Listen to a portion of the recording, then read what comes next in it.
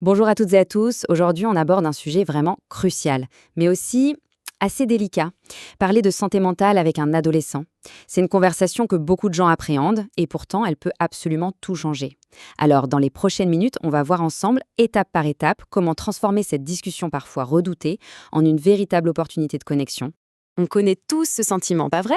Cette inquiétude pour un jeune, mais en même temps, cette peur de mal faire, de dire le mot de trop et de le voir se braquer. C'est une hésitation tout à fait normale, rassurez-vous. Et oui, c'est la grande question. Comment est-ce qu'on brise la glace sans paraître maladroit? Comment on propose son aide pour que ce soit vraiment efficace? C'est précisément ce qu'on va décortiquer maintenant. Alors, voilà le programme. D'abord, on va poser les bases pour être sûr de bien comprendre le contexte. Ensuite, comment bien se préparer. Puis, on plonge dans le vif du sujet, ce qu'il faut dire, et peut-être plus important encore, ce qu'il faut éviter. Et enfin, on verra comment on navigue dans les moments difficiles et comment on peut orienter vers une aide extérieure. Allez, c'est parti pour la première section. Avant même de se lancer dans la conversation, c'est essentiel de bien comprendre de quoi on parle. Posons juste quelques définitions clés. L'adolescence donc, c'est cette fameuse phase de transition, en gros, entre le collège et le lycée. Mais c'est surtout une période de bouleversement énorme, autant physique que psychologique. Et ça, il faut vraiment le garder en tête. Et quand on parle de troubles psychiques, attention, ce n'est pas juste une maladie avec une étiquette. Ça peut aussi bien être les conséquences d'un événement de vie difficile ou un problème de consommation. Le spectre est en fait très large. On passe maintenant à la préparation. Parce qu'une bonne conversation, ça ne s'improvise pas toujours. En fait, elle commence bien avant que le premier mot soit prononcé. Il y a 4 piliers essentiels. D'abord, planifier. C'est simple, on choisit un endroit calme, un moment où personne ne viendra déranger. Ensuite, la confiance. Ça se construit sur la durée, en étant simplement là de façon fiable. Troisième point, l'authenticité. Soyez juste vous-même. Les ados ont un radar pour le manque de sincérité. Et enfin, le plus crucial peut-être, apporter un message d'espoir. Faire comprendre qu'une amélioration est toujours possible. Bon, on arrive au cœur de notre sujet, la communication. Et là, ce qui est fascinant, c'est que la compétence numéro 1, ce n'est pas de bien parler, mais de bien écouter. En fait, parfois, tout se résume à 3 mots tout simples. Je t'écoute. Le simple fait d'offrir une oreille attentive, sans jugement, sans chercher à tout de suite trouver une solution, c'est un cadeau immense.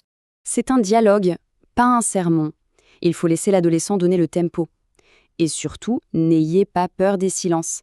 Ils sont souvent nécessaires pour réfléchir. Le ton est aussi super important, calme, posé.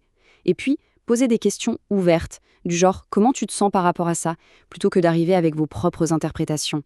L'idée, c'est d'écouter pour comprendre. Point. Savoir quoi dire, c'est une chose. Mais savoir ce qu'il ne faut pas dire, c'est tout aussi capital. Voyons un peu les phrases qui peuvent complètement bloquer la discussion. Le contraste est saisissant. D'un côté, on valide les émotions, on offre un soutien inconditionnel. Ça ouvre la porte. De l'autre, on juge, on donne des ordres, et là, c'est simple, on construit un mur et le jeune se renferme. Ah, celle-là, de mon temps. Elle part peut-être d'une bonne intention, mais 9 fois sur 10, elle minimise ce que l'adolescent est en train de vivre. Ça revient à dire que ses problèmes sont moins graves, moins légitimes. Et voici une autre erreur classique, minimiser ce qu'il ressent. Une phrase comme ça invalide complètement son émotion. Même si ça nous paraît illogique de l'extérieur, ce qu'il ressent est bien réel pour lui. Notre rôle, c'est de reconnaître cette réalité, pas de la nier. Évidemment, dans la vraie vie, ces conversations ne sont pas toujours un long fleuve tranquille. Il peut y avoir des blocages, des réactions surprenantes. Voyons comment gérer ces moments un peu plus délicats. Le parcours est souvent sinueux. Il y aura des moments de tension, des détours, mais le plus important, c'est de continuer à avancer, même à tout petits pas. Il ne faut surtout pas se décourager au premier obstacle. C'est la grande crainte, non?